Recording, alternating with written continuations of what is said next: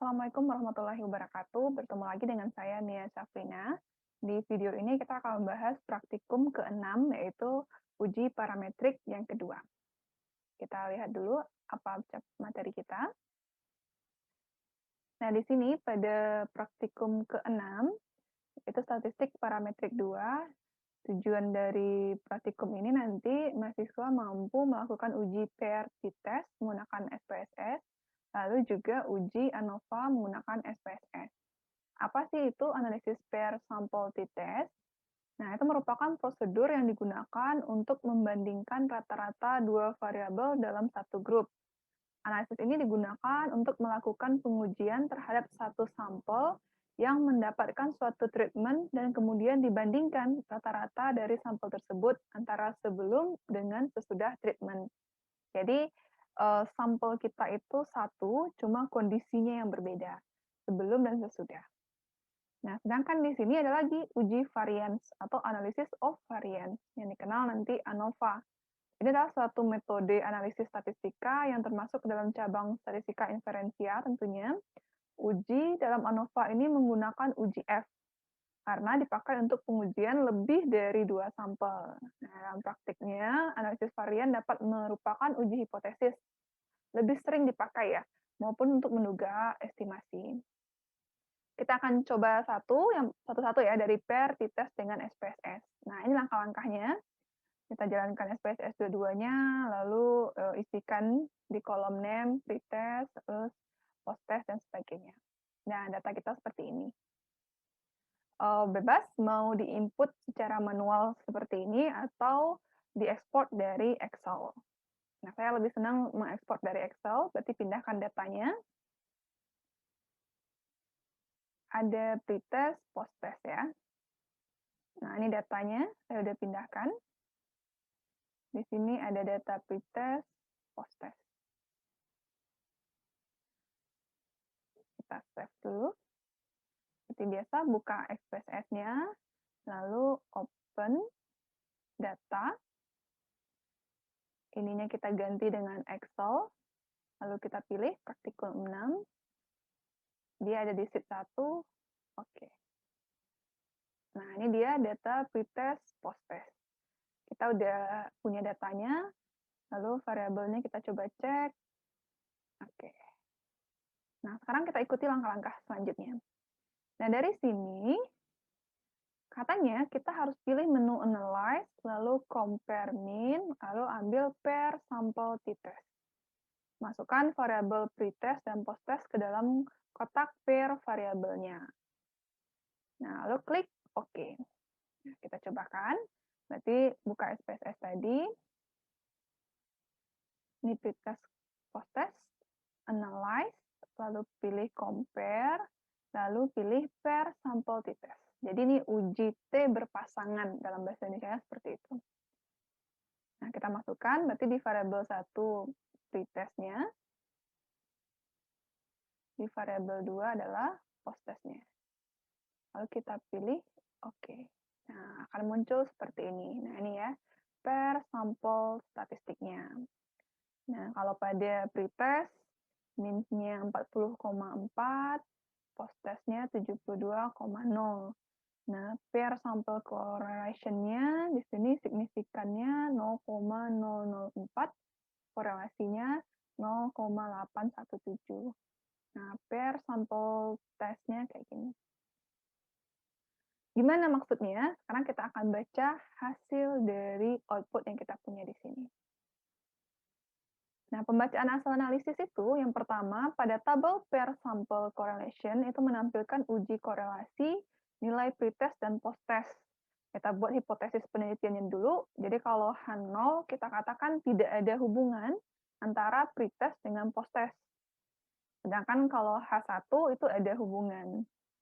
Nah, penarikan kesimpulannya atau hipotesisnya seperti apa? Kalau T hitung lebih kecil dari T tabel, maka H0 diterima. Kalau T hitung lebih besar dari T tabel, maka H0 ditolak. Nah, kalau kita menggunakan T hitung, berarti kita harus cari dulu T tabelnya. Atau kita bisa juga lihat dari signifikansinya.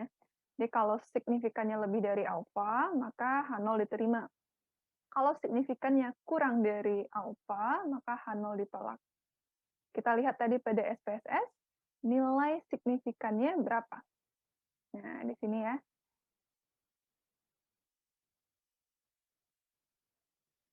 Signifikannya nih ya, untuk sampel berpasangannya 0,004. Artinya apa? Nilai signifikannya kurang dari alfa, yaitu 0,05. Maka H0 ditolak. Kalau ditolak, artinya ada hubungan antara pretest dan posttest dengan pembelajaran inquiry. Berapa tingkat hubungannya? Tingkat hubungannya kita lihat dari korelasinya. Korelasinya itu adalah 0,817.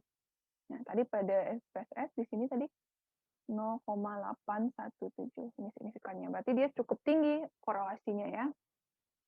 Nah, kemudian kita lihat kalau tabel pair sample test menampilkan uji beda antara nilai pretest dan posttest. Hipotesis kita tidak ada perbedaan antara pretest dengan posttest. Yang hipotesis satunya ada perbedaan. Sama kita coba lihat dari signifikannya. Ternyata nilai signifikannya itu adalah 0,000. Berarti dia kecil dari 0,025 setengahnya ya, maka H0-nya ditolak. Nah, di mana dia? Kita coba lihat di sini. Nih, signifikan to tell-nya. Kenapa dibagi setengah? Karena di sini to tell ya. Makanya di sini alfanya dibagi setengah. Jadi ada perbedaan nilai pretest dan posttest sesudah perlakuan atau di sini ada pembelajaran inquiry, maka bisa dikatakan pembelajaran baru itu memberikan pengaruh terhadap hasil dari posttestnya. Nah, itu untuk membaca dari outputnya. Sekarang bagaimana kalau kita mau uji ANOVA? Nah, di sini ya, pada ANOVA, misalkan kita punya data seperti ini. Mahasiswa pendidikan IPA mengikuti kursus bahasa Inggris. Nah, lama kursusnya ada 3 bulan, 6 bulan, 9 bulan. Nah, ini datanya. Ujilah apakah ada perbedaan antara lama kursus terhadap skor TOEFL. Gunakan signifikansinya 5%. Nah, kita masukkan pada SPSS. Ini datanya ya. Nanti variabelnya ada lama kursus sama skor TOEFL-nya. Sama kita pindahkan pada Excel. Saya udah pindahkan di sini. Jadi kita punya datanya ini. Lama kursus sama skor TOEFL-nya. Kemudian, langkah selanjutnya kita pilih menu Analyze, Compare, lalu dipilih yang One Way ANOVA. Nah, masukkan yang dependennya yang mana, faktornya yang mana. Nah, di sini berarti dependennya adalah skor, terus faktornya adalah lama kursus. Kemudian klik post hoc, lalu pilih LSI. Kemudian continue, kita ambil deskriptif, option deskriptif, homogeneity, variable. Nah, deskriptif homogeneity-nya. Lalu klik continue. Kita cobakan. Nah, pertama kita export datanya dulu ke Excel. Jadi open, data, ini pindahkan jadi Excel, masih praktikum 6, tadi saya simpan, tapi di sheet yang kedua. Oke.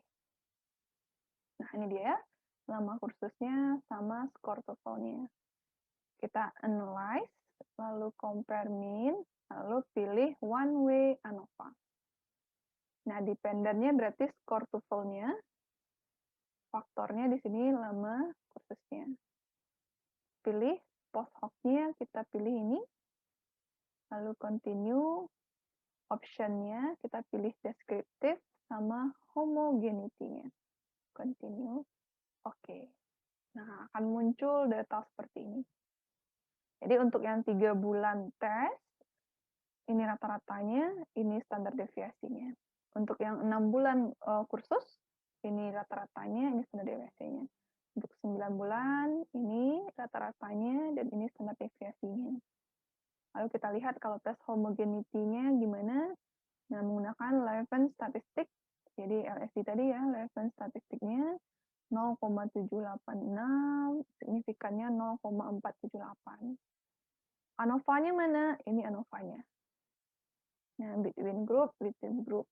Nah, ini nilai uji F-nya, ini signifikannya. Post hoc test-nya ini. Nah, gimana cara membaca dari output ini? Kita lihat. Yang pertama, pada tabel deskriptif itu menunjukkan hasil statistik deskriptifnya per kelompok. Standar deviasi, error, dan maksimum minimum. Kita udah lihat tadi ya, di sini. Nah, ini deskriptifnya.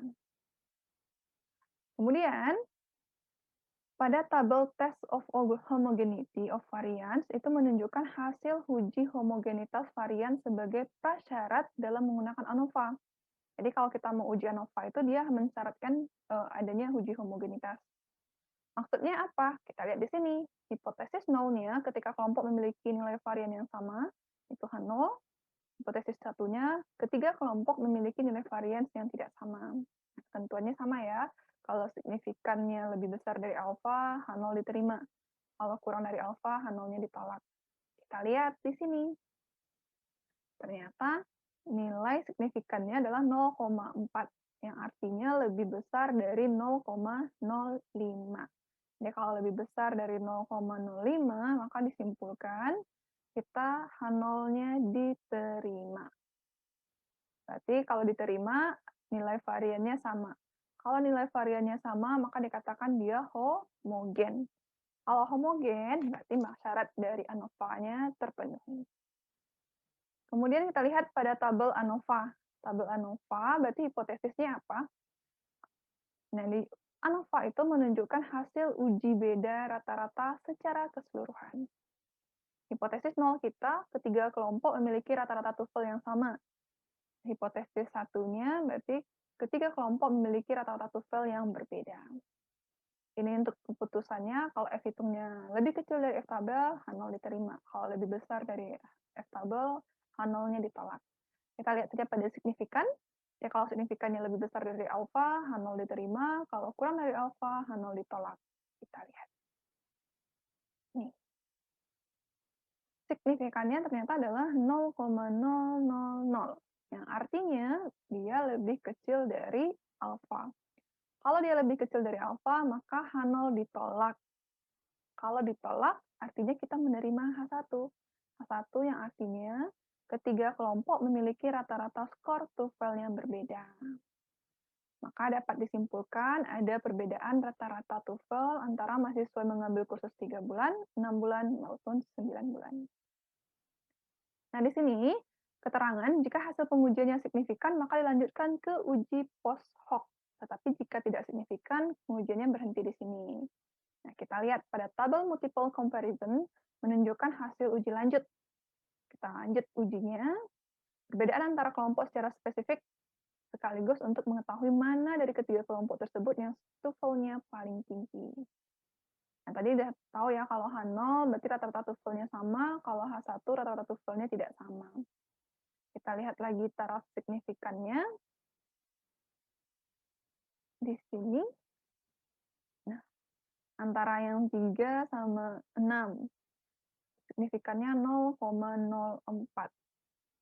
Berarti dia kecil dari 0,05. Nah, yang 9 ini, 6 dengan 3, sebagainya. Nah, kita baca hasilnya di sini. Misalkan untuk perbedaan TOEFL antara mahasiswa dengan kursus 3 bulan dengan 6 bulan, nilai signifikannya adalah 0,04. Oleh karena itu, dia lebih kecil dari 0,05. Berarti kalau lebih kecil dari 0,05, H0-nya kita tolak. Kalau kita menolak H0, artinya kita menerima H1. Yang dimana di sini kedua kelompok memiliki rata-rata skor yang tidak sama. Maka di sini bisa kita katakan ada perbedaan skor TOEFL antara mahasiswa yang kursus 3 bulan dengan 6 bulan. Dalam hal ini, skor TOEFL mahasiswa yang kursus 6 bulan lebih tinggi daripada yang kursusnya 3 bulan. Nah, itu untuk melihat lama kursus mempengaruhi terhadap peningkatan skor TOEFL mahasiswa. Nah, untuk lebih memahami, silakan dicobakan latihan yang ada pada praktikum ke-6 ini.